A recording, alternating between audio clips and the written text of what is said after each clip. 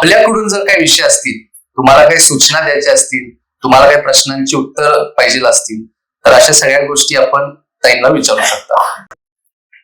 नमस्कार, माझं नाव कस्तुरी. माझा प्रश्न तेजश्री ताईंना असा आहे की आता जसं तुम्ही म्हटलात की अंबरनाथचे ड्रेनेज हे कम्प्लिटली युजलेस झालेले आहेत, कारण की जरा जरी पाऊस पडला तर सगळे ड्रेनेज ओव्हरफ्लो होतात आणि त्यानंतर ते सगळं सांडपाणी शहराच्या रस्त्यावरून फिरत असतं. त्यामुळे हेल्थ इश्यूज, क्लिनलीनेस इश्यूज ह्या खूप वाढत चालले. तर त्यावरती तुमची उपाययोजना काय असेल हे मला जाणून घ्यायचं. थँक्यू.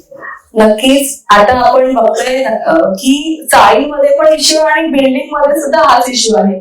त्याने ना विदाउट प्लॅनिंग जर तुमच्याकडे नवीन प्रोजेक्ट येतोय तर तुम्हाला तिथलं लोकसंख्या जाणून तो तिथला म्हणजे मोठा वाला ड्रेनेज लाईन असेल असं केलं पाहिजे. पण तिथे छोटा 3 फूटचा ड्रेनेज लाईन आणि एवढी पब्लिक, म्हणजे अशा प्रकारचं आहे. तर ड्रेनेज लाईन बदलणं हा एकच ऑप्शन मला दिसतोय, पण लगेच ते शक्य नाही. तर तिथे आढावा घेऊन ती पब्लिक आहे का आहे आणि त्यानुसार आढावा घेऊन आपण ते काम करणार आहोत. आणि त्याच्याबरोबर नियमित ड्रेनेज क्लिअरिंग साठी गाडी पाठवणं हे तर आपण आता करूच शकतो. सर्वांना माझे नमस्कार. माझे नाव श्रुती आहे आणि मी एक टीचर आहे. तर माझा हा प्रश्न आहे की शहराच्या विकासासोबत मुलांचे बौद्धिक शिक्षण पण महत्वाचे आहेत. तर तुम्ही यासाठी काय पाऊल उचलाल? कसं आहे माहितीये का, आता शिक्षण जसं मी आधी पण सांगले, कॉम्पिटिशन घेणं गरजेचं आहे. सो दॅट तुम्ही कॉम्पिटिशन मध्ये जर आपण पार्टिसिपेट मुलांना करवलं तर मग मुलांचा एक इंटरेस्ट कळतो आपल्याला आणि स्कूल थ्रू हे झालं तर अजून ना चांगलं की कधी टीचर तुमचं लोकांचं ऐकतात स्टुडंट, त्याच्यामुळे नक्की पार्टिसिपेट करतील आणि त्याच्यातून आपल्याला टीचर्सलाच कळेल की ह्याचा इंटरेस्ट कुठे आहे. त्याच्यामुळे जास्तीत जास्त चांगल्या प्रकारचे कॉम्पिटिशन आपण अरेंज करणार आहोत. त्याचबरोबर ज्या आपल्या अभ्यासिका आहेत म्हणजे आपल्या लायब्ररीज असतील त्या चांगल्या टेक्निकली ऍडव्हान्स लायब्ररीज आपण देणार आहोत. सो दॅट पण आता बरेच लोक बोलतात की लायब्ररीमध्ये कोण अभ्यास करत नाही का, पण त्याच्यासाठी पण प्रोत्साहन देणार की तिथे डिजिटलाइज लायब्ररीज आपण चालू करणार आहोत. अशा प्रकारे नक्कीच. मायसेल प्रसाद आवारी. माझा प्रश्न हा आहे की अंबरनाथ मध्ये वाहतूक सुविधा, पार्किंग आणि रस्ते अपूर्व आहेत, तर त्यांची सुधारणा कशी करणार? हे बघा, एक तर आपल्याकडे ना रस्ते असे झाले आहेत, फक्त रस्ते झाले बऱ्यापैकी, पण त्याचं तर क्लेम आहे 90%. जसं तुम्हाला सांगितलं, पण विदाउट प्लॅनिंग फक्त रस्ते बांधायचं काम केलं. तर आपण जे काम करत होतं ते कॉन्क्रीट, आपण जे काम करत होतो विथ प्लॅनिंग, जर एक्सपेक्टेड प्रोजेक्ट आहे तिथे तर तिथे महानगर पाईपलाईनची जागा हे असतात ते लाईन टाकून घेणार आधीच, किंवा त्याला सांगायचं तिथे तुम्ही प्रोव्हिजन करून ठेवा. पाण्याची लाईन तर त्याची प्रोव्हिजन करून ठेवा, म्हणजे रस्ता खणायची गरज नाही. प्रत्येक वेळेला खोदला जातो, रस्ता खणला जातो आणि डबल काम आपलीच वाटतंय. त्याच्यामुळे ते आपण पूर्णपणे कॉन्क्रिटीकरण करणारच आहोत रस्त्यांचं. पण प्रॉपर गटर, जर रस्त्याच्या बाजूने गटार गेलं पाहिजे तर गटार जाईल. त्याचबरोबर जर लाईन हे असेल, लाईटीची खांब टाकायचं असेल ते काम ते आधीच केलं जाईल. ठीक आहे. आणि वाहतूक कोणतीचा विषय तर खूप मोठा आहे. ईस्ट वेळेस आपण दोन्हीकडे बघतो तर मल्टी स्टोरेज म्हणजे म्हणायचे मला की मल्टिपल स्टोर असलेली आपण जर बिल्डिंग बनवली वाहतुकीच्या पार्किंगसाठी, तर ते एका जागी आता पार्किंग करायची गरज नाही ना. मल्टी स्टोरेज बिल्डिंग असेल तर तिथे पार्किंग चांगल्या प्रकारे मोठी होऊ शकते. अशा प्रकारचे प्रकल्प आणणार आहोत. त्याचबरोबर रिक्षा स्टँड, रिक्षामुळे इतकी वाहतूकचा प्रॉब्लेम होतोय की वाहतूक कोंडी होतीये, तर त्यासाठी प्रॉपर रिक्षा स्टँड आणि त्यांना सुद्धा प्रॉपर हे केलं जाईल. अजून एक प्रश्न आहे, आपल्या अंबरनाथ ईस्टला जी पार्किंग केलेली आहे तिथे नाट्यगृह होणार होतं, त्याच्यावरती तुमचा? ते तर सांगितलं ना, मला खूप लोकांची रिक्वेस्ट आलेली आहे की तिथे ना मला अंबरनाथची शाळा होती, ते नाट्यगृह होतं, ते अंबरनाथची शाळा होती, तिथे स्पोर्ट्स पण खेळायला जायचे, नाटकं व्हायची. म्हणजे हे मला ते पार्किंग आम्ही म्हणजे काढून टाकायचं, त्या पार्किंगसाठी वेगळी जागा, पण तिथे जे आधी व्हायचं ना ते आपण तिथे आणणार. म्हणजे खूप पूर्ण अंबरनाथमध्ये नक्कीच ते अंबरनाथचं नाव आहे आणि नक्कीच त्याच्यावर मी तो घेणारच आहे विषय. नमस्कार, मी उस्मान शाह पत्रकार आहे. हा युवा क्रांती संवाद असा कार्यक्रम आहे, पण इथं पत्रकारांना सुद्धा पाचारण करण्यात आलंय. मग पत्रकार सुद्धा प्रश्न करू शकतात का? एवढं माझं फक्त परवानगी घ्यायची, करू शकतात ना? माझा पहिला प्रश्न असा आहे की अंबरनाथ मध्ये ही दुसरी संधी आहे की थेट जनतेतून मार्गदर्शन निवडायची. पहिली एक संधी लोकांना मिळाली होती आणि शिवसेना पक्षातून थेट नगराध्यक्ष झाले होते, परंतु काही कारणास्तव त्यांना मध्येच आपला राजीनामा द्यावा लागला. आज माझ्या तेजस्वी ताई भाजपाकडून उभे आहेत आणि ते असा एक आरोप लावतायत की इथं भ्रष्टाचार झालाय, इथं हे झालंय, तिथं झालं. मग राज्यामध्ये तुमची सत्ता आहे, तुमचे मुख्यमंत्री आहेत, मग तुम्ही एवढा वेळ का गप्प बसलात? फक्त निवडणुकीसाठी तुम्ही हा प्रश्न का उपस्थित केला? तो माझा प्रश्न आहे. एक नक्कीच हा विषय गंभीर आहे बघा. कसं आहे, आपल्या मोदीजींची टॅगलाईन आहे तीच घेऊन चालली आहे मी, की ना खाऊंगी ना खाणे दूंगी. तर तेव्हा आपले मोदीजींच्या नेतृत्वाखालीच हे लोकांचं ऑलरेडी भ्रष्टाचार काढण्याचा प्रयत्न चालूच होता, की त्यांनी ते सांगते काय की त्यांनी तो पूर्णपणे मोडीत आणण्याचा प्रयत्न नेहमीच केलेला आहे. आणि बघा 100% आता जरी मी पण बोलते की मी ना खाऊंगी ना खाणे दूंगी, माझ्या हातात आहे ना खाऊंगी, है की नाही, मी 1 रुपया पण खाणार नाही ही मला माझी गॅरंटी आहे. पण खालच्यांचं हे नसतं, प्रत्येकावर नियंत्रण ठेवणं पॉसिबल नाही. पण मी पण आता तेच बोलते की जर मी न खाणारी असेल तर हळूहळू 100% नाही पण 50% तर परिणाम होईल की नाही. तर लोकांचं आम्हाला माहिती नाही, पण प्रत्येकाचं वेगळं आहे. तर आमचं हे एकच सांगणं आहे सगळ्यांना की माझं मी सांगू शकते, समोरच्याची गॅरंटी एवढीच देणार की ना खाणे तुमचा प्रयत्न नक्कीच असेल माझा. मॅडम, मी पत्रकार परेश भगुशाली. माझा एक प्रश्न असा आहे की अंबरनाथ शहर ह्याची ओळख ही श्रमिकांचं किंवा कामगारांचं शहर म्हणून पूर्वीपासून आहे. आणि आज बघितलं तर बेरोजगारी आज जथ्थेचे जथ्थे आज एवढे 5 IIDC अंबरनाथ शहरात असताना सुद्धा लोकांना बाहेर जावं लागतंय रोजगारासाठी. याबाबत आपण युवकांच्या मेन म्हणजे पोटाचा प्रश्न असतो. त्यासाठी आपण जर समजा नगराध्यक्ष आपल्याकडे धुरा आली तर त्याबाबत आपण काय विशेष प्रयत्न करणार? मगाशी पण हा प्रश्न सरांनी पण घेतला, तेव्हा सांगितलं की पहिले तर आपल्याकडे MIDC लागली आहे, तर MIDC बरोबर कोलॅबरेशन करून की आम्ही आमच्या भूमिपुत्रांना संधी द्या, त्यासाठी त्यांच्याकडे विनंती करणार आहोत. बघा MIDC काही लगेच मान्य नाही करणार, है की नाही, कोण लगेच हे करेल, पण त्यांच्यासाठी पण काही आम्हाला सुविधा द्याव्या लागतील. तर त्या तशा आम्ही एक्सचेंज करणार आहोत की एक्सचेंज बाबा तुम्हाला ही सुविधा देतोय तर तुम्ही आमच्या लोकांना चान्स द्या, हे आहे तर आपण करूच शकतो. त्याचबरोबर रोजगार मेळावे असतील किंवा प्रशिक्षण केंद्राचं स्किल डेव्हलपमेंट सगळं सांगितलं सरांनी पण सांगितला विषय की अशा प्रकारे स्किल अशी आपण तरुण व्यक्तींना तयार करणार आहोत की जेणेकरून बाहेर जाऊन सुद्धा त्यांना चान्स मिळेल. आणि रोजगार मेळावे नक्कीच वेळोवेळी एकच वर्षातून घेतला असं नाही तर ते मल्टिपल टाइम घेतले गेले पाहिजेत. आम्ही बाहेरच्या कंपनीजला पण इन्व्हाइट करून ते आपण भरवणार आहोत. नमस्कार, माझं नाव हेमंत जाधव आहे. माझा प्रश्न असा आहे की अंबरनाथ मध्ये कचऱ्याचा प्रश्न हा खूप मोठा गंभीर आहे आणि त्याच्याबरोबर जोडून अजून एक आहे, कचऱ्यामुळे प्रदूषणाचा पण विषय खूप आलेला आहे.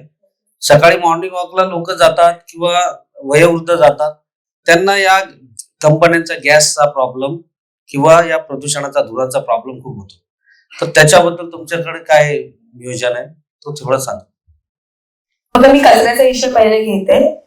कचऱ्यासाठी तुम्हाला सगळ्यांना माहिती असेल, आपल्या घराच्या बाहेर बघा तुम्ही एक स्कॅनर लावलेला आहे, प्रत्येकाच्या घराच्या बाहेर स्कॅनर असेल.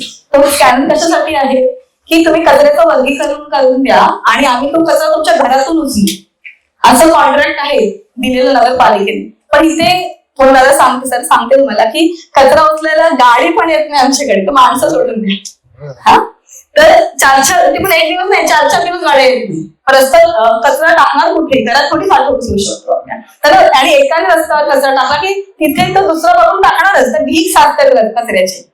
तर बघा त्यांना आणि जिथे जर पैसे दिले जातात, ज्या सोसायटी किंवा ज्या चाळी पैसे देतात तिथे ते रेग्युलर जातात.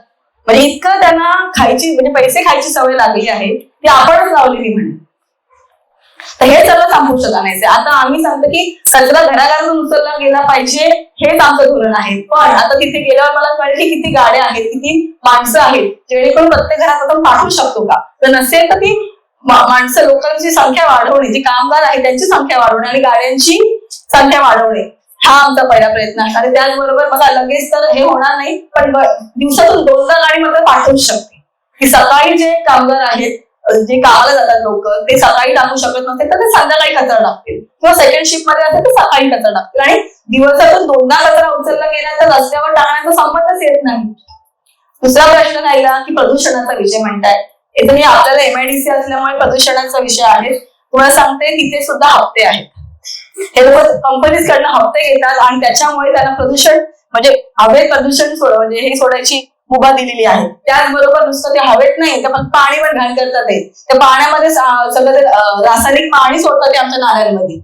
हा, त्यामुळे दोन्ही प्रश्न आहेत. पाणी पण गळून करतात ते, घाण करतात ते, आणि आपले हवा सुद्धा. तर हे हप्ते बंद केले आणि त्यांना स्ट्रिक्टली सांगितलं बाबा हे त्यांचे जे नियम असतील त्या नियमामध्येच काम करायचं आहे. हा प्रश्न उद्भवणारच नाही. मी शत्रुघ्न उमा. मॅडम, दादासाहेब नलावडे म्हणून आपले पूर्व नगराध्यक्ष होते, तर त्यांच्या कार्यकाळामध्ये ईस्ट आणि वेस्ट इकडे वेलफेअर सेंटर उभारण्यात आलं होतं. त्यामध्ये गोरगरिबांचे लग्न व्हायचे. आता तशी परिस्थिती सभागृह होऊ शकतात का? नक्कीच सर, मी ह्याच्या विषयावर येणार होते. आपल्या अंबरनाथ शहर एवढं मोठं आहे आणि त्या जागोजागी तिथे आरक्षित भूखंड आहेत आणि त्या प्रत्येक भूखंडाचा मी म्हणेन विकास करण्याची आमची जबाबदारी आहे. तसंच मी सांगितलं मग तेच सांगते की प्रत्येक भूखंडाचा विकास करण्यासाठी निधी लागणार आहे. कारण की नगरपालिकेचं काम आहे पाणी, गटार, रस्ते, जे कपात, दिवे, हे सगळं नगरपालिका करेल. पण जे मोठे विषय आहे त्यासाठी मोठा निधी लागणार आहे. तो निधी आपल्याला शासनाकडून म्हणजे स्टेट आणि सेंट्रल गव्हर्नमेंट कडनं मिळणार आहे. तर त्याच्याप्रमाणे आतापर्यंत तेच झालंय की टेंडर्स काढले गेले पण ते 5 रुपयाच्या ऐवजी 50 रुपये दाखवले गेले आणि शासनाकडे एवढा पैसा आणि दिला सुद्धा तो पैसा तिथे उपयोग झालेला नाही. तर नक्कीच की असे सांस्कृतिक केंद्र असतील किंवा वेलफेअर सेंटर्स असतील आपण बांधणार आहोत जेणेकरून लग्न करायचे, बर्थडे करायचं तर त्यांना मिळेल आणि कमी म्हणजे 500-1000 असं फी देऊन तर मोफत सुद्धा त्यांना ते लाभ घेता येईल आपल्या नागरिकांना. सर्वप्रथम कृष्णराज महाडिक सर, मी खूप मोठी फॅन आहे तुमची. आणि जसं अरुंधती मॅडमने कोल्हापूरमध्ये जे वुमन्स वगैरे आहेत त्यांच्यासाठी खूप सारे फंक्शन्स वगैरे ऑर्गनाईज करतात. तर मॅडम, मला तुमच्याकडनं एवढीच रिक्वेस्ट आहे, काही वुमन्स जे आहेत ते ट्रेनने ट्रॅव्हल करतात कारण की त्यांना इकडे जॉब्स नाहीयेत. ते घरचं सांभाळून 2 hours 3 hours ट्रॅव्हल करून जातात, पुन्हा रिटर्न येतात. तर तुम्ही त्या वुमन्ससाठी, गर्ल्ससाठी म्हणजे काय कराल? हे बघा, म्हणजे अंबरनाथ शहरामध्ये जर फक्त जॉबचीच अपॉर्च्युनिटी, जसं मगापासून आपण तेच सांगतोय की जॉबसाठी अपॉर्च्युनिटी आपण तयार करणारच आहोत आणि जर बाहेर जाऊन करायचे तर आपला एक चॉईस असणार आहे. पण बाहेर बघा, वेस्टला तुम्हाला सांगते आपल्याकडे प्रायव्हेट बँक नाही. वेस्ट मध्ये प्रायव्हेट बँक येतच नाही. इतका खालवलेला दर्जा ठेवला त्या लोकांनी आणि इतके वर्ष त्याच वेस्ट मधलेच नगराध्यक्ष आणि नगरसेवक तिथले आहेत, नगराध्यक्ष पण तिथले आहेत वेस्ट मध्ये.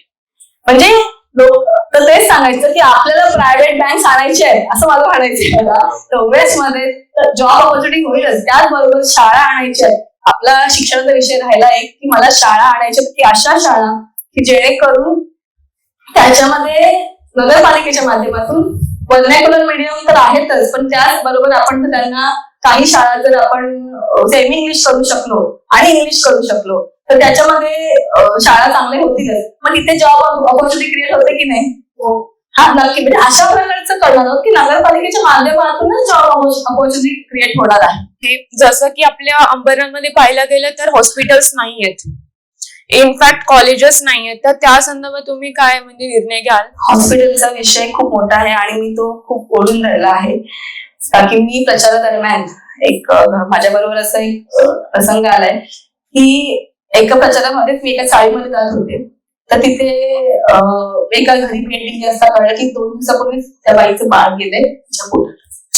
म्हणजे इतकी वाईट आहे ना मी ती घटना. आणि तिसरा 4 दिवसच असेल माझ्या प्रचाराचा आणि मी तिथे गेले, त्यांच्याकडे भेटले आणि विचारलं की काय म्हणजे काय आहे, बाळाला त्रास होता की तुम्हाला त्रास होता म्हणून असं झालं. तर ते म्हणाले आम्ही दोघं व्यवस्थित होतो, 9वा महिना होता आणि चेकअपसाठी आमच्याकडे जे गव्हर्नमेंट हॉस्पिटल आहे छाया हॉस्पिटल तिथे आम्ही गेलो.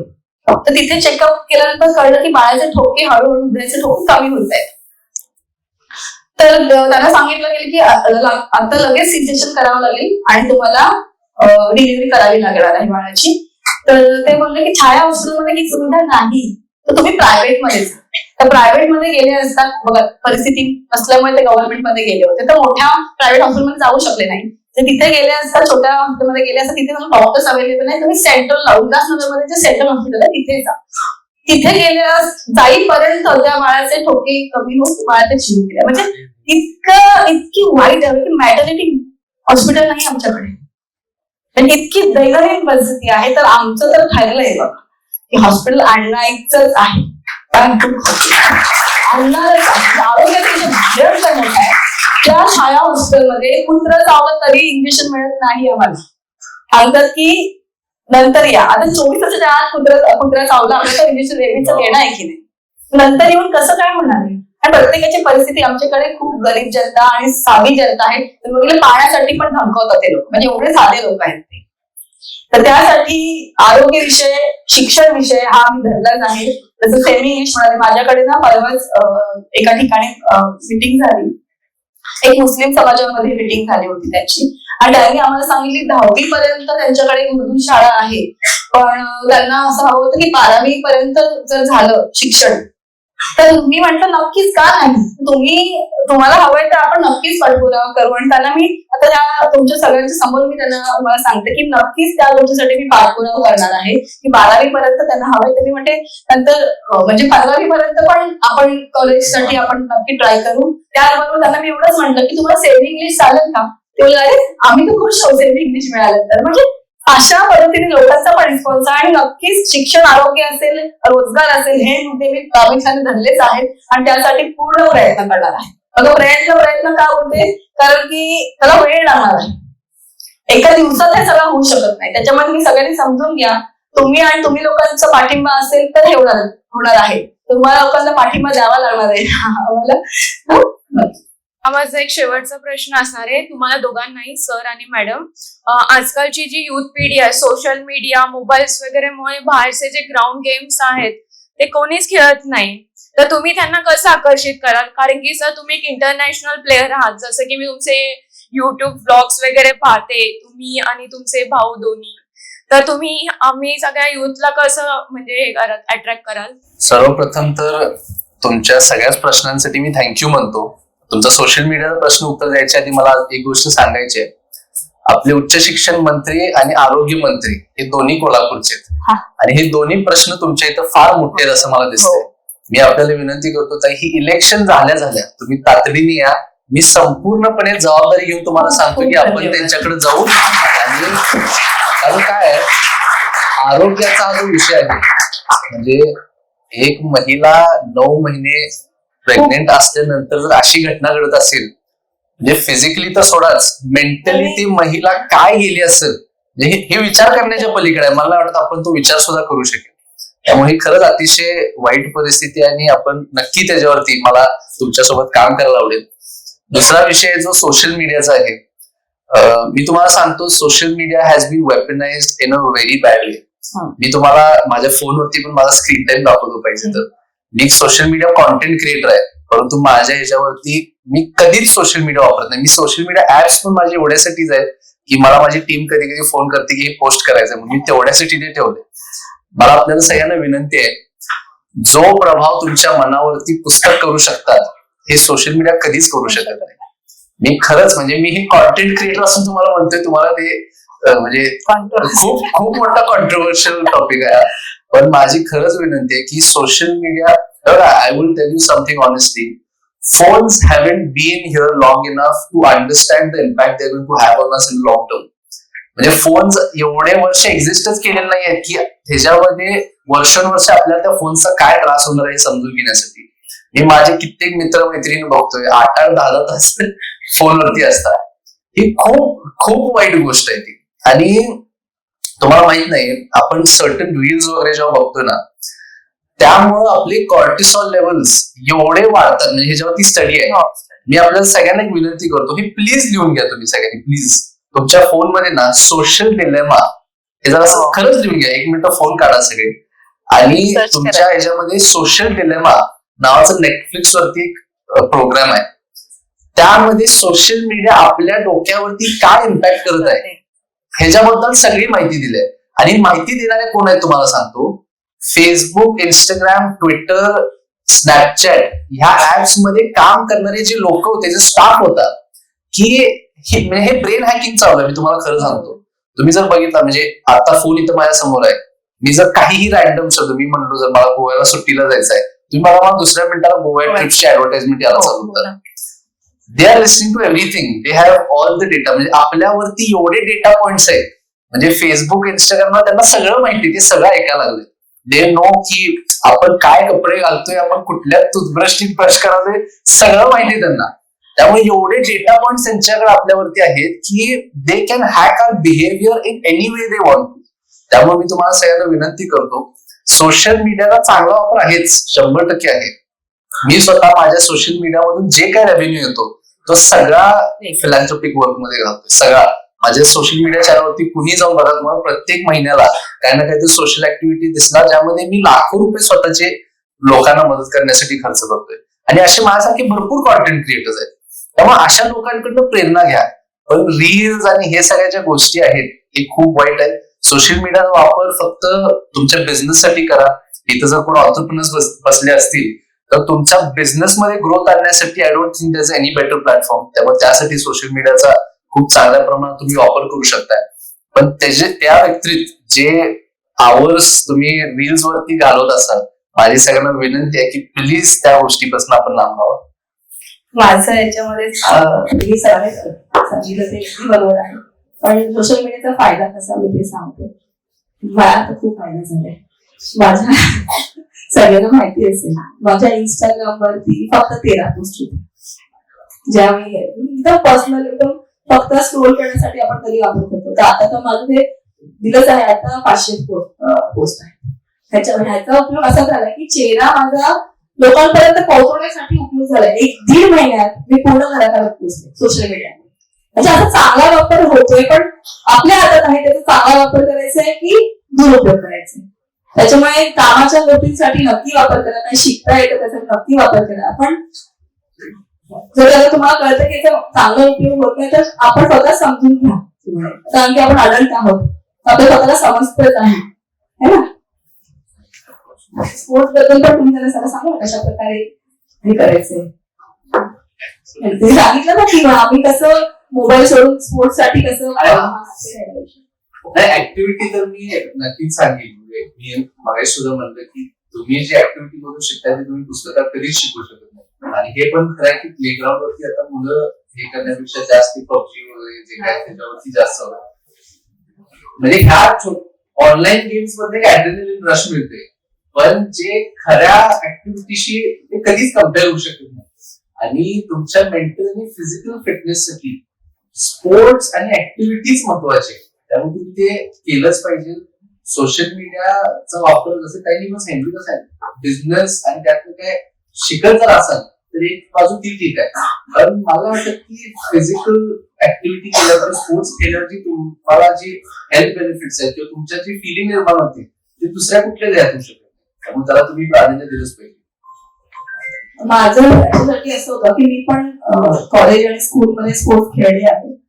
तर आपण जोपर्यंत जात नाही ना ते एखाद्या गोष्टीसाठी तर तोपर्यंत आपल्याला त्याची व्हॅल्यू पण नाही कळत आणि आपला इंटरेस्ट पण नाही कळत. तर तुम्ही स्वतः ते मोबाईल थोडं बाजूला ठेवून ना स्वतःच तुम्हाला जावं लागणार, कोणी ओढून नाही घेऊ शकत. आणि आम्ही किती सांगितलं ना तरी तुमचं का म्हणजे तुमची इच्छा नसेल तर काहीच होऊ नाही शकत. तुमच्यामध्ये ती इच्छा निर्माण करा, बाकी लोकांची प्रेरणा घ्या आणि तुम्ही इच्छा निर्माण करून फक्त मी म्हणते 21 डेजचं चॅलेंज. 21 दिवस तुम्ही खरंच कुठली गोष्ट रोज करता, अर्धा तास व्यायाम असेल किंवा कुठल्या स्पोर्ट्स तरी खेळता म्हणाल तर नक्कीच तुम्हाला ते अंगवळणी लागतं. आता माझं उदाहरण मी सांगते की योगा हा 6 जानेवारी 2025 पासून मी चालू केला. आणि पहिलं डिफिकल्ट सगळ्यांनाच होतं की ना पाय दुखतात असं वगैरे किंवा त्रास होतो. पण आता असं झालं अरे का नाही, म्हणजे मला का नाही, म्हणजे मी एवढा करायला जाते असा त्रास होतो अक्षरशः. त्याच्यामुळे तो त्रास तुम्हाला होईल ना की का आज मला खेळायला मिळालं नाही, का मला इथे जायला मिळालं. फक्त 21 डेजचं चॅलेंज घेऊन बघा मी म्हणेन. नमस्कार, माझं नाव प्रांजल भोईर आहे आणि मी एक लॉ स्टुडंट आहे. त्यामुळे माझा प्रश्न तुम्हाला दोघांनाच आहे की how can youth take participation in policy making और डिसिजन मेकिंग. कारण क्रिस सर स्वतः म्हणाले की यूथ पॉलिटिक्स पासून लांब राहते. कारण त्याचं एक कारण आहे की we feel that platforms are not accessible to us which hear us and we are influencing the policy and decision. So especially the youth जो की इथे राहतोय मतलब सेमी अर्बन सिटीज मध्ये लाईक अंबरनाथ, तर तुम्ही कसं फॅसिलिटेट कराल की आम्ही पार्टिसिपेशन देऊ in policy making and decision making. आपण अतिशय खरंच चांगला प्रश्न आहे, त्यामुळे thank you so much for question first of all.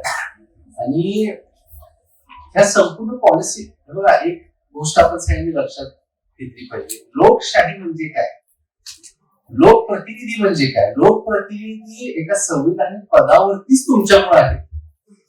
पहिली गोष्ट, मी रेग्युलरली पॉलिटिक्सचा अभ्यास करत असणं का गरजेचं आहे? कारण तुम्ही कधीही स्टडी करा की एखादे उमेदवार जेव्हा इलेक्शनला सामोरे जातात आणि त्यांचे काय मुद्दे असतात प्रचाराचे, त्या प्रश्नांवरती ते कॉन्स्टंटली काम करत आहेत का, त्याचा फॉलो कोण घेतच नाही. मला सांगा, आज जसं इथं आपण ह्या इलेक्शनच्या दृष्टीने इथं बसलो आहे, असं परत 5 वर्ष का बघायला मिळत नाही आपल्याला? हे तुम्ही प्रश्न विचारणं सुद्धा त्या लोकप्रतिनिधींना गरज आहे. मी मगाशी एक पत्रकार मित्र इथं बसले होते, तुम्ही सुद्धा त्या बाबतीत बोलत होता की म्हणजे अवेअरनेस स्प्रेड करणं. मला असं म्हणायचंय की भ्रष्टाचारावरती फक्त इलेक्शन टू इलेक्शन का बोललं जाते, तसंच युवकांच्या प्रश्नांवरती पण फक्त इलेक्शन टू इलेक्शन का बोललं जाते?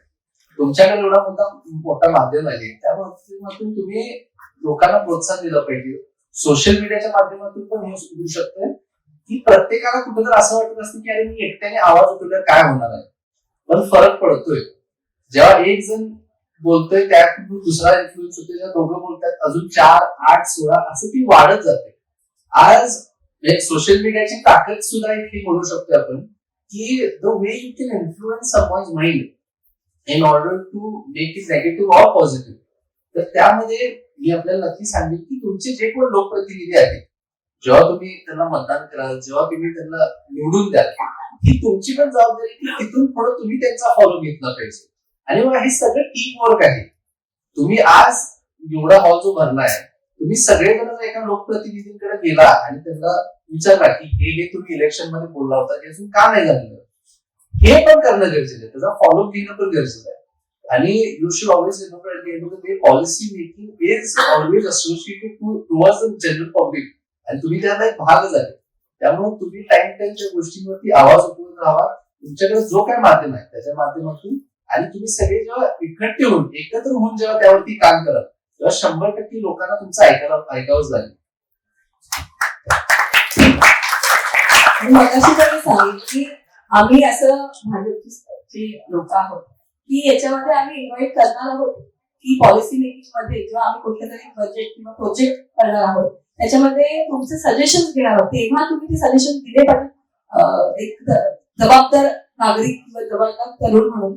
त्याचबरोबर त्याचा फॉलोअप, ही सरांनी सांगितलं, फॉलोअप खूप गरजेचं आहे. आता मी एक शब्द बोलते का किंवा मी हे करणार आहे, काही तुम्ही का नाही अजून केलं, तर माझी प्रोसिजर काय, तो फॉलोअप घ्यायची जबाबदारी पण तुमची आहे. की निवडून देणं म्हणजे काम झालं नाही, की मी निवडून आले म्हणजे काम झालं नाही, तर मी मला काम करणं आहे आणि तुम्हाला फॉलोअप घेणं गरजेचं आहे. नमस्कार, माझं नाव धम्मेश भोईर. सर, मी अंबरनाथ शहरामध्ये तुमचं स्वागत आहे आणि मी तुम्हाला वारंवार ब्लॉगच्या द्वारे बघितलंय, तर पहिल्यांदा समोरून पाहतोय, तर अत्यंत आनंद होतोय मला. तर माझा प्रश्न असा आहे तुम्हाला की what keeps you motivated throughout the day to work and who is your role model in your life? First of all, thank you so much for your question Ramesh. Please बसा तुम्ही. माझ्या आयुष्यातली माझे रोल मॉडेल माझे वडील आहेत. ते स्वतः एक खासदार आहेत, धनंजय महाडिक त्यांचं नाव आहे. माझ्या फॅमिलीमध्ये एक खूप चांगले, खूप पॉझिटिव्ह कल्चर आहे. तुम्ही ब्लॉग्स जर बघत असाल तर तुम्हाला जाणवलं असेल की म्हणजे आमच्यात आम्ही सगळं दाखवून, म्हणजे तुम्ही ब्लॉग पण माझं स्टाईल बघितलं असाल तर मी जसा आज तुमच्यावर बसतोय तसा आम्ही सहज गप्पा गोष्टी जर कधी करत असतो तर मी माझा फोन काढतोय, त्या बाबतीत ब्लॉग करतोय. त्यामुळे एक खूप मोठा ऍडव्हान्टेज मला नेहमी राहिली की आमच्या परिवारामध्ये जी एकी आहे ही माझी सगळ्यात मोठी ताकद आहे. माझे भाऊ, माझ्या सगळ्या बहिणी, काका, काकी, घरातले सर्व लोक. त्यामुळे मला वाटतंय मी हा मेसेज माझ्या सोशल मीडिया पण देतो. मी आज तुम्हाला पण सगळ्यांना सांगतो की having a discussion, having conversation with your parents, with your siblings, with all your extended family is also very necessary. आमच्या फॅमिलीमध्ये कम्युनिकेशन लाईन्स खूप चांगली एस्टॅब्लिश्ड आहे आणि त्यामुळं हा जो संपूर्ण कुटुंब व्यवस्था आहे आमची, ही माझ्यासाठी खूप प्रेरणा देणारी गोष्ट आहे. त्याचबरोबर व्हॉट कीप्स मी मोटिवेटेड, म्हणजे I just feel like I am a very ambitious person, which is why I just keep going. म्हणजे माझ्याकडे आयुष्यात मी स्वतःला खरंच या जगातलं नशिबवान व्यक्ती समजतो. कारण तुम्ही विचार करा, मला सगळ्या क्षेत्रांमध्ये काम करण्याची संधी मिळाली. मी इंटरनॅशनल स्पोर्ट्समन आहे, मी एक सोशल मीडिया कॉन्टेंट क्रिएटर आहे, मी स्वतः एक ऑन्टरप्रेन्योर आहे, माझे 2-3 बिझनेसेस आहेत स्वतःचे. मी फिलॅन्थ्रोपिक वर्कमध्ये पण काम करतोय. आज येणाऱ्या काळात भविष्यात राजकारणात सुद्धा यायचं आहे. असे अनेक गोष्टींमध्ये काम करायला मिळणं सुद्धा मी खरंच खूप स्वतःला भाग्यवान समजतो. आणि I am also very spiritual person. मला वाटते my divine belief towards God is what also motivates me a lot. मी खूप मंदिरात जातो, वर्षातून माझे बरेच ट्रिप्स असतात. मी रिसेंटली एक अनुभव सुद्धा सांगतो की गिरनारला गेलो होतो. तर गिरनारमध्ये असं म्हणणं आहे की जोपर्यंत तुम्हाला देव बोलत नाही तोपर्यंत तुम्ही त्या मंदिरात पोहोचत नाही. आम्ही पण ऐकलंय. हो, तर माझा वाढदिवस होता 12 जूनला. मी बरोबर रात्री 12 वाजता वाढदिवस जेव्हा चालू झालं तेव्हा पहिली पायरी चढली. मी 3 तासात 10,000 पायऱ्या चढल्या आणि त्या दिवशी माझं दर्शन पहिला त्या मंदिरात झालं. त्यामुळे अशा अनेक गोष्टी आहेत ज्यामधून मला प्रेरणा मिळत जाते. आणि मग त्यानंतर सगळ्यात महत्वाची प्रेरणा तुमच्यासारखे सर्व लोक आहेत जे माझ्या सगळ्या कामकाजामध्ये साथ देतात. म्हणजे मी खरं सांगतो, मला कुठलाही ब्लॉग किंवा मी कुठलंही काम माझं जे सोशल मीडियावरती पोस्ट करतो, मी कधी तिथे लाईक्स किंवा कॉमेंट्स बघत नाही. पण जेव्हा लोकांचा फोन येतो, मी तुम्हाला मागच्या आठवड्यात झालेली एक गोष्ट सांगतो. एक महिला होते, प्रेग्नेंट महिला होत्या, त्यांना जस्ट एक बेबी झालं होतं आणि 4 दिवसाचं बेबी होतं. त्यांनी त्यांच्या घरातून मला फोन आला की आमच्या घरात अशी आहे की तुमची फॅन आहे, तुम्हाला तिला तुमच्याशी बोलायचं आहे. मग व्हिडिओ कॉलवर बोलायचं नाही, त्यांना व्हिडिओ कॉल केला. त्यांनी माझ्याशी बोलल्या, त्यांनी मला बाळ दाखवलं. त्यांनी मला सांगितलं की माझ्या प्रेग्नन्सी मध्ये मला एवढे मूड स्विंग्स होत होते, पण मला म्हणजे माझ्या मूड स्विंग मधून बाहेर येण्यासाठी मी तुमचे ब्लॉग्स बघायचे. म्हणजे किती मोठा इम्पॅक्ट त्या ब्लॉग्स आहे मला सुद्धा माहित नव्हतं. आणि त्यांनी परत त्या बाळाकडे कॅमेरा केला, मला म्हणले की माझी इच्छा आहे की माझ्या बाळाचं नाव तुम्ही ठेवावं. म्हणजे ही खूप मोठी गोष्ट, खूप मोठा आशीर्वाद आहे म्हणजे माझ्यासाठी.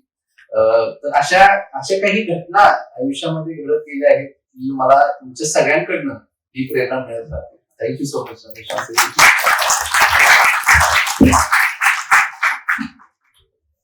सर्वप्रथम नमस्कार, माझं नाव प्रज्ञा तिवारी. माझा प्रश्न असा होता की आपल्या नगर परिषदेचे स्कूल आहेत, तिथे अनेक वर्षापासून म्हणजे काही सुविधांवर दुर्लक्षीकरण होत आहे, जसे की पाणी, टॉयलेटची व्यवस्था, परत शिक्षणाची जी गुणवत्ता आहे ती योग्य प्रकारे नाही आहे. तर त्याच्यावरती तुम्ही काय उपाययोजना करू शकाल? नक्कीच तुम्हाला तेच सांगायचं मला की तुम्हाला माहितीये बऱ्याच शाळा म्हणजे 16 ते 17 शाळा नगरपालिकेच्या मार्फत आहेत, पण त्याच्यातल्या बऱ्याच शाळा म्हणजे स्वामीनगर मध्ये जी शाळा आहे ती बंद केली आहे. आणि किती मला वाटतं त्याचं कारण हेच असणार आहे की पटसंख्या म्हणजे शाळेत जाणारी मुलंच तिथे जात नाही. तर सुविधा नसतील तर पालक का पाठवतील, है की नाही? त्यांना शाळा बंदच करावी लागणार आहे.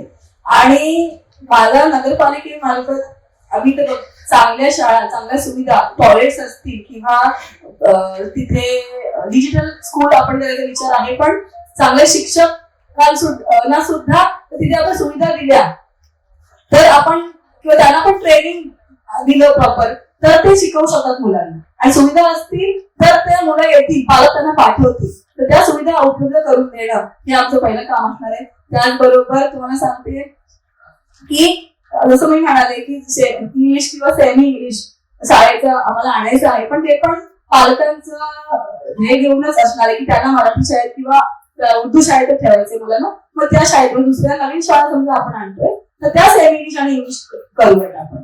म्हणजे थोडक्यात की शाळा ज्या आहेत त्यांची सुधारणा करणं, त्यांना सुंदर बनवणं हे काम आम्हाला करायचं आहे. Hello sir. Hello ma'am. माझं नाव अविनाश गीते.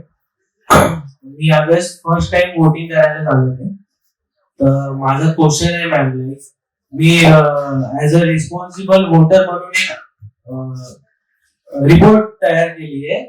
अंबरनाथ मध्ये वाढती गुन्हेगारी, मीन्स जसं सर बोलले की अंबरनाथ हे इंडस्ट्रियल हब आहे, तर अंबरनाथ हे गुन्हेगारीचा हब सुद्धा बनतंय.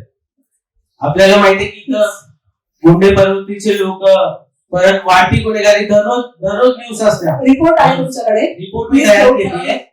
ऍज अ रिस्पॉन्सिबल वोटर म्हणून मी फर्स्ट टाइम वोट करायला चाललोय, तर मी एक रिपोर्ट तयार केली आहे ज्याच्यावर की कसं की नेहमीच अंबरनाथला जज केलं जातं की इथं क्राईम खूप होतात. मी फर्स्ट इयर इंजिनिअरिंगचा स्टुडंट आहे. जेव्हा मी सांगतो कॉलेजमध्ये की मी अंबरनाथचा आहे तर जज केलं जातं की अंबरनाथमध्ये वाढते क्राईम मीन्स आवडत नाही. मला माहिती का की सत्तेतून आलेली गुन्हेगारी आतापर्यंत सगळे जी लोक राहिलेत ना त्यांनी तसंच आम्ही धमकवल्याशिवाय याला वोट नाही द्यायचं. तो कुठून गुन्हेगारीचा उगमच त्या लोकांनी केला आणि प्रोत्साहन पण देतात. आता धमकवण्यासाठी स्वतःकडे जाऊ शकतो, गुंडच पाठवलं, गुंड तर ते तयार करतायत ना, त्याच्यामुळे सगळं होत आहे. म्हणजे याला उत्तर हे आहे तेच, त्यांनी प्रोत्साहन दिल्यामुळे हे सगळं होतंय.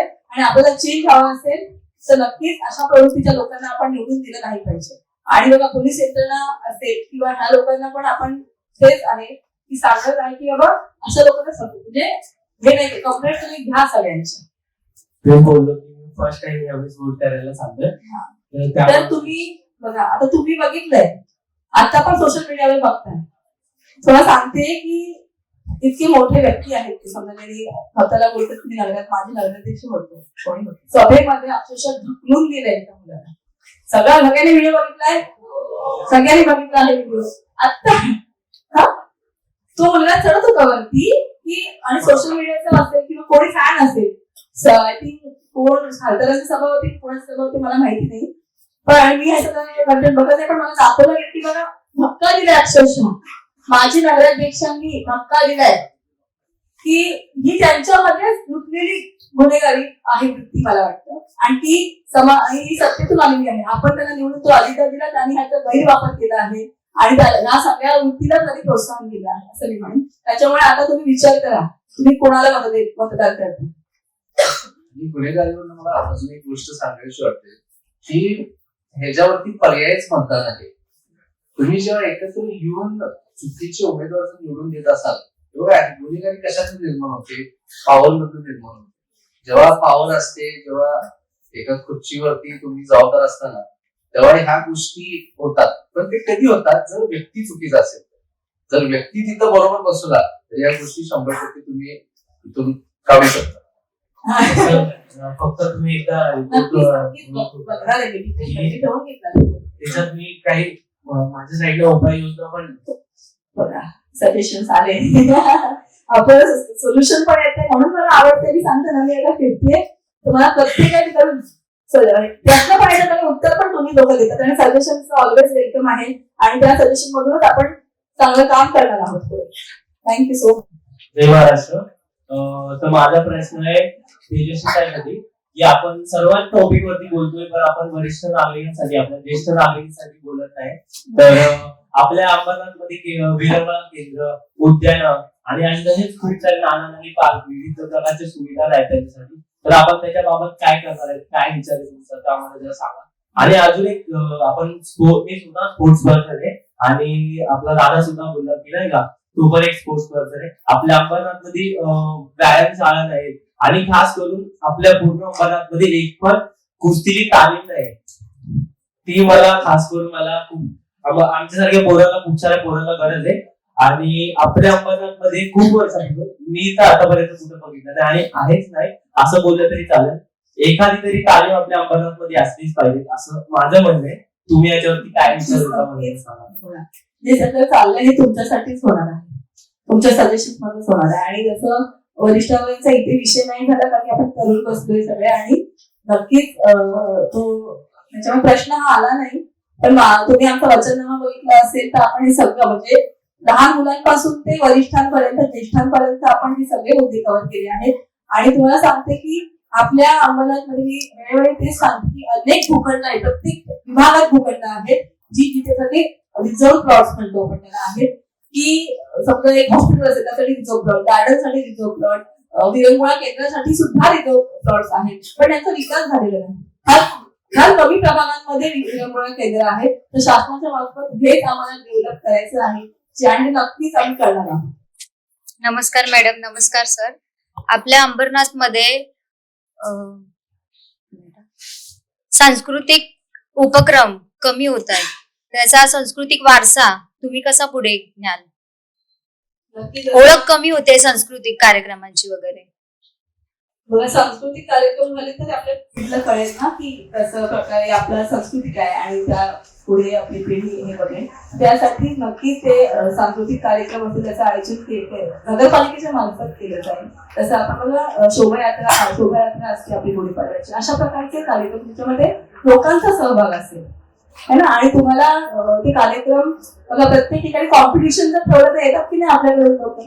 तर तसं आपलं सांस्कृतिक केंद्र असेल तर नगरपालिकेच्या मार्फत आपण असे प्रोग्राम ठेवू शकतो. आणि तेव्हा तो प्रोग्राम ठेवला तर पूर्ण अंबरनाथ शहरामध्ये जो लोक येतील आणि आपल्याला सहभागी होतील, तर जेणेकरून बाकी लोकांना सुद्धा त्याचं एक ती आपल्या संस्कृतीबद्दल माहिती मिळेल. आणि तू एक विषय आला की कुस्तीसाठी जे हे पाहिजे होतं, तर नक्कीच जिथे आता भूखंड असणार आरक्षित असेल तर त्या ठिकाणी आपण नक्की हे करू. आपण फक्त फॉलो घेत राहा. मी भारतीय जनता पार्टीची कार्यकर्ता आहे. प्रचार करताना आम्हाला नागरिक असे प्रश्न विचारतात की आपल्या मी शिवगंगामध्ये राहते, तर शिवगंगा नगरमध्ये पाण्याची टाकी असून नागरिकांना पाणी पुरवठा व्यवस्थित होत नाहीये, तर त्याबद्दल तुम्ही काय? तुला सांगू का, पाण्याचा प्रश्न खरंच खूप मोठा आहे आणि पाण्याची सोयी पण होते आपल्या इथे आणि पाणी गळती पण आता तेच सांगतो की आपले लोक होते जे भारतीय जनता पार्टीचे, त्यांना कोणी कारण सरकार दुसऱ्या लोकांची होती, ह्या लोकांना नेहमी दाबलं गेलं की त्यांची प्रश्न सोडवली नाही गेली आणि त्यांच्याकडे नको ते कामं त्यांनी प्राधान्य दिलं. पण मेन मुद्दा पाण्याचा होता, ते तिथे प्राधान्य देणं गरजेचं होतं. आणि सांगते की पाणी गळती आणि पाणी चोरी ह्याच्यामुळे आपल्यापर्यंत पोहोचत नाही पाणी. आणि सांगितलं काय की प्रॉपर प्लॅनिंगच नाहीये. तर टाकी तिथे आहे आणि तो भाग पण वरती आहे, तर असं होत आहे की वरच्या लाईनने असं असणार आहे प्रेशर. आणि माझं म्हणणं आहे की प्रॉपर लाईनच ती टाकली गेलेली नाही आणि किंवा कनेक्शन तिकडं दुसरीकडे फिरवलं गेलेले आहे आणि इलिगल कनेक्शन दिले गेलेले आहे. त्याच्यामुळे म्हणजे आपल्याकडे टाकी असेल सुद्धा आपल्याकडे पाणी नाही. हे सगळे त्याबद्दल त्याच्याकडे थोडं लक्ष द्या. नक्कीच लक्ष द्या. एकाच विभागात नाही, पूर्ण अंबरनाथ शहरामध्ये पाण्याचा प्रॉब्लेम आहे. सगळीकडे आपण ते सॉल्व्ह करणार आहोत. युवा क्रांती संवाद हा खरंच उत्कृष्टरित्या पार पडलाय, कारण अनेक युवांनी यात सहभागी झाले, प्रश्न विचारले. ह्या कार्यक्रमाचं नाव दिलं गेलं युवा क्रांती संवाद. आपल्या अंबरनाथ शहरामध्ये गेली 25-30 वर्ष कोणाची सत्ता आहे तुम्हाला सगळ्यांना माहिती आहे आणि ती ह्या सत्ता पार होण्यासाठी क्रांती होणं गरजेचं आहे. आणि म्हणूनच या युवांशी आपण संभाषण करण्याचा कार्यक्रम सर असतील, त्यांची ताई असतील, यांच्याशी आपण हा कार्यक्रम ठेवला. युवांनी बेधडक बिंदास प्रश्न विचारले आणि उद्याच्या भविष्यासाठी प्रश्न विचारले, यासाठी सगळ्या युवांचे मनापासून आभार. आणि मला वाटतं या सगळ्यांसाठी ज्यांनी प्रश्न विचारले त्या सगळ्यांसाठी आपण सगळ्यांनी टाळ्या वाजून त्यांचा आभार मानले पाहिजे. तर तुम्ही खरंच आम्हाला वेळ काढून तुमचा मौल्यवान वेळ आम्हाला दिला, त्यासाठी संपूर्ण अंबरनाथकरांकडून मी तुमचे आभार मानतो. आणि मला वाटतं एकदा जोरदार टाळ आले पाहिजे. आणि सरांसाठी मी स्वतः त्यांना फॉलो करते, त्यांचे ब्लॉग्स बघते आणि पूर्ण फॅमिलीची मी स्वतः फॅन आहे. त्यांच्या दोघी बहिणी आहेत, मंजिरी आणि वैष्णवी. निरोप सांगा त्यांना, दोघींना फॉलो करते आणि खूप म्हणजे मी बोलाल की अक्षरशः म्हणजे वैष्णवी आहेत बहिणी, त्यांचे सुद्धा त्यांना त्यांची स्टाईल मला ड्रेसिंग म्हणजे त्यांचं ड्रेसिंग असेल किंवा एवढं मी फॉलो करते त्यांना. आणि खूप छान फॅमिली आहे, म्हणजे बघून असं एकत्रित नाही का. आणि मला असं वाटतं की प्रत्येकाने तुम्ही बघा आणि तुम्हाला सुद्धा असं वाटेल की आपल्यातलेच आहेत ते. आणि तसंच आता बोलून त्यांच्याशी असं वाटतं की आपल्यातलेच आहेत हे ना. धन्यवाद. मला असं वाटतं की या कार्यक्रमाची सांगता सरांनी करावी, त्यांचे मुलाचं मार्गदर्शन अंबरनाथकरांना शेवटी 2 शब्द द्यावं माझी विनंती आहे. मी जसं सुरुवातीलाच सांगितलं की खरं तर आजचा दिवस मी कधीच विसरू शकत नाही. मी तो उपस्थित असणाऱ्या सर्व लोकांना विनंती करतो, आपण युवा पिढी आहे, इथे येणाऱ्या काळातलं भविष्य घडवणं हे आपल्या हातातली जबाबदारी आहे. त्यामुळं येणाऱ्या 20 तारखेला आपण सगळ्यांनी मतदान करा. मी मगाशी पण जसं बोललो की चांगले उमेदवार मिळणं सुद्धा ठिकठिकाणी ही खूप मोठी गोष्ट आहे. तुमच्या समोर एक चांगले उच्च शिक्षित उमेदवार तुम्हाला मिळाले आहेत, अशा पक्षाचे मिळाले आहेत ज्याची केंद्रामध्ये राज्यामध्ये सरकार सुद्धा आज त्या पक्षाची आहे. मी सन्माननीय देवेंद्र फडणवीस साहेब असतील आणि त्याचबरोबर आपल्या पक्षाचे वरिष्ठ नेते रवींद्र चव्हाण साहेब सुद्धा असतील, यांनी अतिशय खूप कष्ट घेऊन आपल्या राज्यासाठी काम करत आलेले आहेत. या संपूर्ण भागाचा विकास करण्यासाठी तुम्ही सगळेजण ताईंच्या पाठीशी उभे राहा असं मी आपल्याला विनंती करतो. आणि मला सुद्धा ही खात्री आहे येणाऱ्या काळात ते त्यांच्या चेहऱ्यावरती, त्यांच्या बॉडी लँग्वेज वरून कळते की त्यांची किती इच्छाशक्ती तुमच्या सगळ्यांसाठी, अंबरनाथसाठी या संपूर्ण परिसरासाठी काम करण्याची त्यांची इच्छाशक्ती दिसते. तर आपण सगळ्यांनी जबाबदारी आपल्या हातामध्ये घ्यावी आणि येणाऱ्या काळात ताईंना खूप भरघोस मतांनी निवडून आला असं आपल्या सगळ्यांना विनंती करतो. धन्यवाद. आणि आम्ही नक्की कोल्हापूरला यायचो. आरोग्य तुमचे जे विषय आहेत मी तुम्हाला सांगतो ताई, कचऱ्याचे विषय असतील, स्पोर्ट्सचे विषय असतील, भटक्या कुत्र्यांचे विषय असतील, महिलांचं स्वच्छतागृहाचे, ह्या ऑलरेडी सगळ्या गोष्टींवरती आम्ही काम करतो. त्यामुळे या बाबतीत आमच्याकडनं कुठेही काही मदत लागली तुम्ही प्लीज मला सांगा, आम्ही तुमच्या पाठीशी आहे. भारतीय जनता पक्ष आणि आरपीआय आठवले गट युतीच्या उच्च शिक्षित उमेदवार चार्टर्ड अकाउंटंट सौ तेजश्री विश्वजित करंजुले पाटील यांना व त्यांच्या सहकार्यांना कमळ निशाणी समोरचे बटन दाबून प्रचंड बहुमतांनी विजयी करा.